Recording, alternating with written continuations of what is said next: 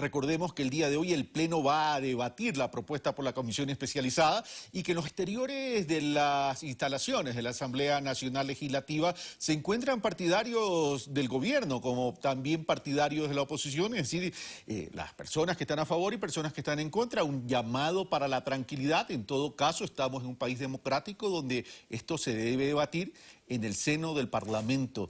Bueno, pero para tratar casualmente estos temas en los estudios de la ciudad de Guayaquil, tenemos al doctor Javier Zavala Egas, con quien vamos a conversar sobre estos temas. Teníamos previsto que sea la primera entrevista, pero una falla técnica nos lo impidió. Doctor Javier Zavala, por eso mil disculpas. Le pregunto, ¿estas enmiendas constitucionales están llegando en un ambiente de crispación en el Ecuador?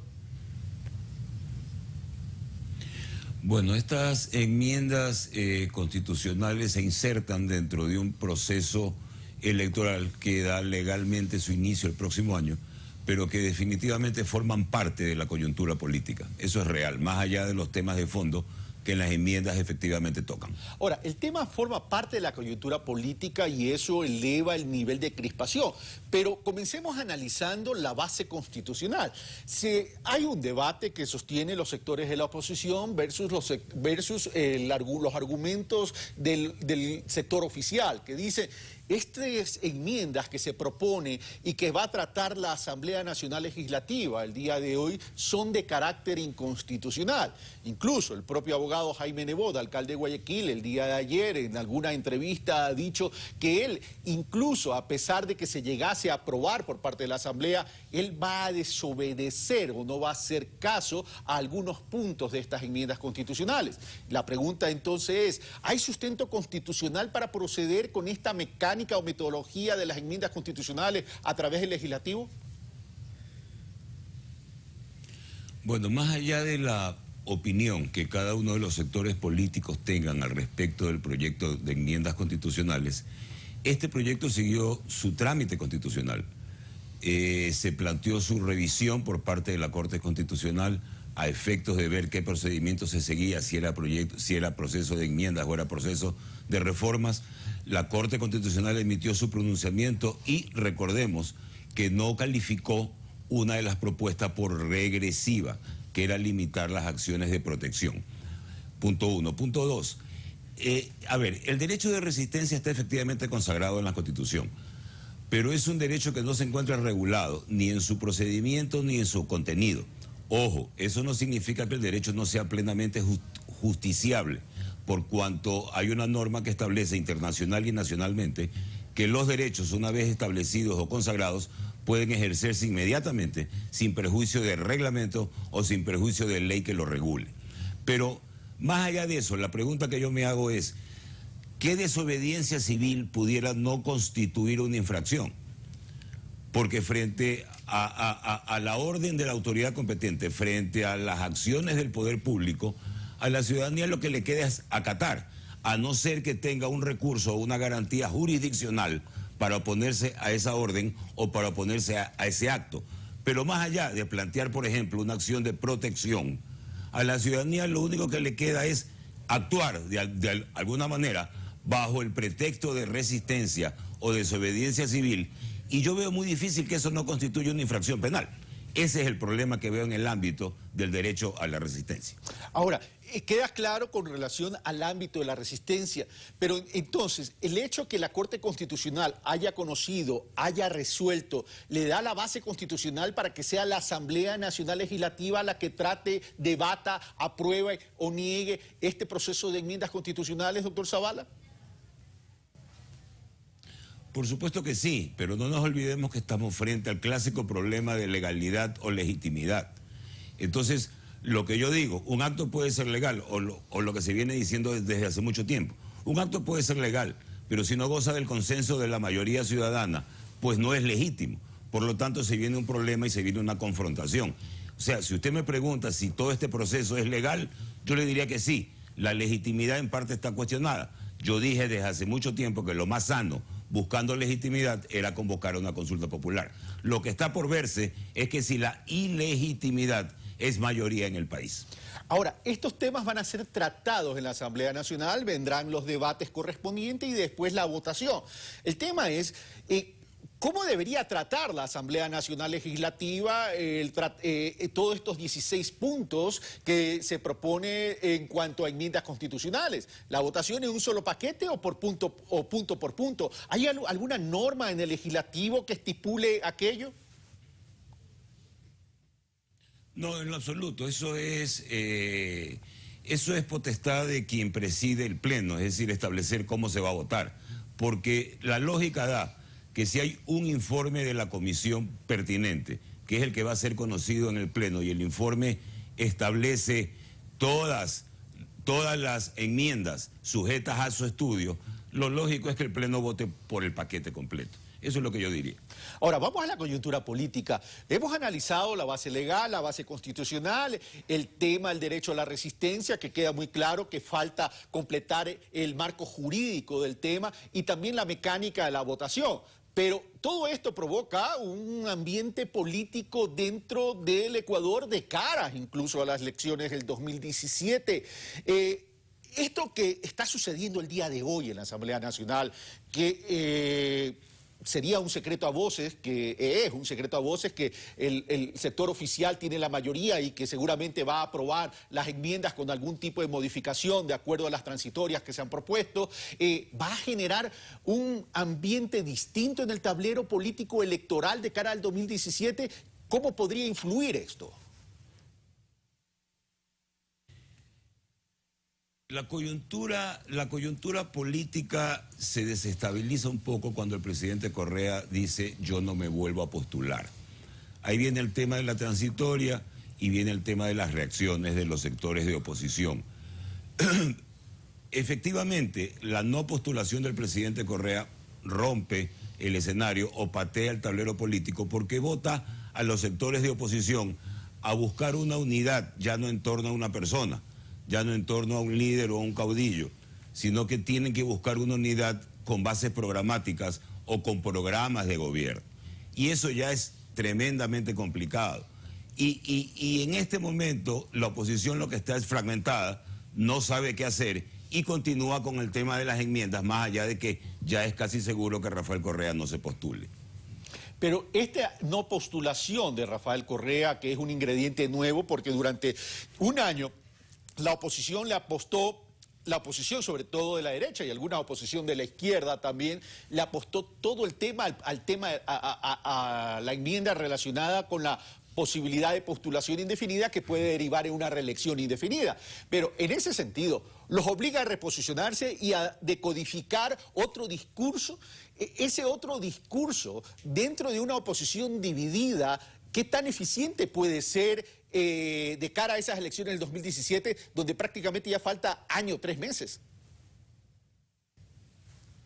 Lo que estamos planteando es la necesidad de que la oposición reformule su discurso, porque ya no cabe la oposición personal, ya no cabe tirarle los cañones o enfocarlo o enfilar los cañones contra Rafael Correa cuando no va a ser candidato. Por lo tanto, la única reformulación que cabe es trabajar, insisto, sobre planes de acción o planes de gobierno a futuro, dentro de los cuales se establezca un candidato. Ese es el problema que hay. Yo ni siquiera veo, ojo, tanto problema en armar o en establecer quién va a ser el candidato. Lo que yo veo más problema es establecer un programa de acción frente a un Ecuador electoral, en mi concepto, nuevo. Eso es lo que yo veo más difícil. Cuando Javier Zavala Egas dice un Ecuador electoralmente nuevo, ¿se refiere a que las inquietudes y preocupaciones del electorado son distintas a las elecciones del 2013? Yo creo que si algún mérito tuvo Rafael Correa, que en mi concepto ha tenido algunos en estos años de gobierno, si algún mérito tuvo fue reprogramar o reformular los intereses ciudadanos.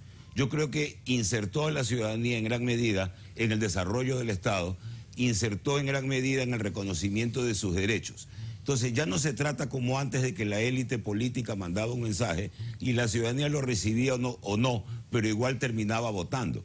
Ya en este momento se trata de que tienes una ciudadanía más crítica, más organizada, en mayor o menor medida, eso es cuestión particular, pero organizada, interesada. Y en ese momento ya los mensajes de la oposición política que se mantengan en una línea clásica y tradicional no van a funcionar. Eso es lo que muchos sectores de la oposición aún no se dan cuenta.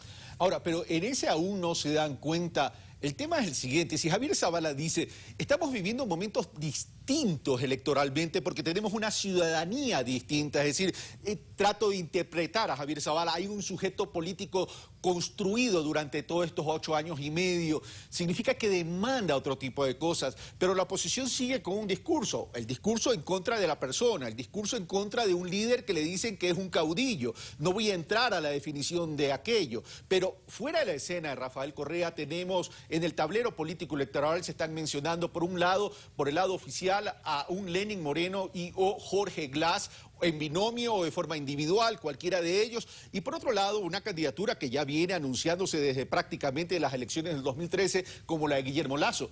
Pero esta decisión de Rafael Correa también le dejaría la puerta abierta a un Jaime Nebot. En ese sentido, ¿cómo se puede establecer las jugadas estratégicas dentro de este tablero entre derecha e izquierda? Yo sostengo que empezar un proceso electoral con una votación dura o una base dura electoral, como sí tiene Alianza País, es una gran ventaja sobre el resto de movimientos o partidos políticos. El problema para Alianza País es cohesionarse o actuar coordinadamente en un proceso electoral sin Rafael Correa. Porque, ojo, los votos no se endosan. Por lo tanto, el precandidato o el candidato que vaya a ser por Alianza País tiene que consolidar las bases primero, mantener esa votación dura y en el proceso tratar de aumentarla. Ese es el problema de Alianza País. El problema de la oposición es hacer un programa de gobierno o un plan de acción que llegue a la ciudadanía, que pueda ser vendido en el buen sentido a la ciudadanía y con un candidato creíble, pero un candidato creíble, insisto, para el nuevo Ecuador electoral, para el nuevo votante. Eso es lo complicado porque además la oposición, las caras que se ven en la oposición son todas ligadas a la vieja partidocracia. Entonces también hay un problema de credibilidad en las candidaturas. Bueno, se está iniciando la sesión en la Asamblea Nacional Legislativa mientras nosotros seguimos conversando, Javier Zavala. Ahora, el tema es, ¿a qué se apunta realmente del lado de la oposición? ¿Se apunta realmente a ganar la presidencia de la República o se apunta a lo que ya mencionaron algunos, a tener un bloque poderoso en la Asamblea y la Asamblea, es decir, la elección de asambleísta termina siendo la joya de la corona para el 2017? Bueno, definitivamente tener la mayoría en la Asamblea siempre ha sido y seguirá siendo un recurso político, una carta política tremendamente importante. Ahora, si ya resignas la pelea a la presidencia de la República, cosa que lo veo muy complicado porque hay muchos millones de dólares invertidos en esto, y no digo de un solo sector, sino de varios sectores. Si hay muchos millones invertidos en esto, tampoco es que la puedes resignar así nomás. Y hay cartas por jugar y hay cartas por verse, por un lado. Y por otro lado, la Asamblea siempre será un plato apetecible dentro del manejo político, por supuesto que sí. Pero eso significa entonces que la clave va a ser la gobernabilidad. ¿Cuál va a ser el eje central de la próxima campaña electoral, entonces, Javier Zavala?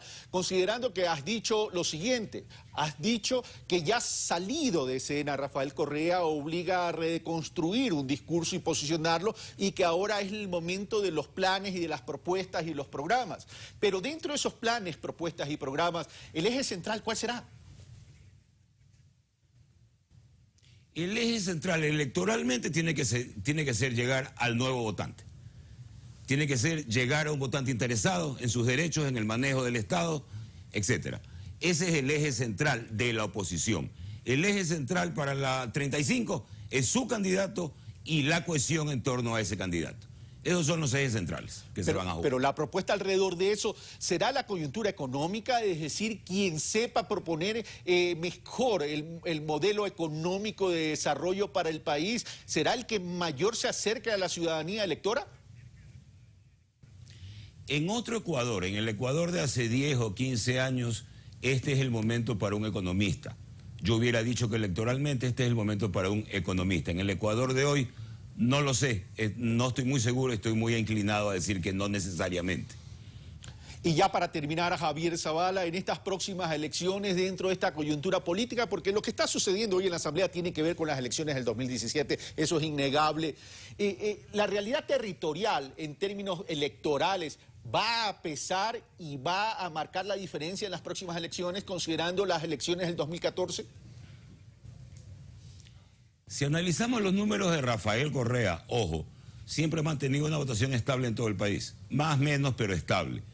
Yo no sé, con el próximo candidato, se supone que puede ser, se supondría que va a ser Lenín Moreno y que tiene buenos números. Creo que esa estabilidad se va a mantener en todo el país. Javier Zavala, muchas gracias y te comprometo para seguir analizando a futuro estos movimientos de la coyuntura política ecuatoriana. Muchas gracias, Javier, un abrazo. Gracias, Carlos, igual. Bueno, esto fue Pensamiento Crítico, soy Carlos Rabascal, como siempre, análisis, insumos para ustedes, para que saquen sus propias conclusiones. Amigos televidentes, la sociedad y el pensamiento se lo construye todos los días, realmente debatiendo cosas estructurales. Un fuerte abrazo, los espero el día de mañana.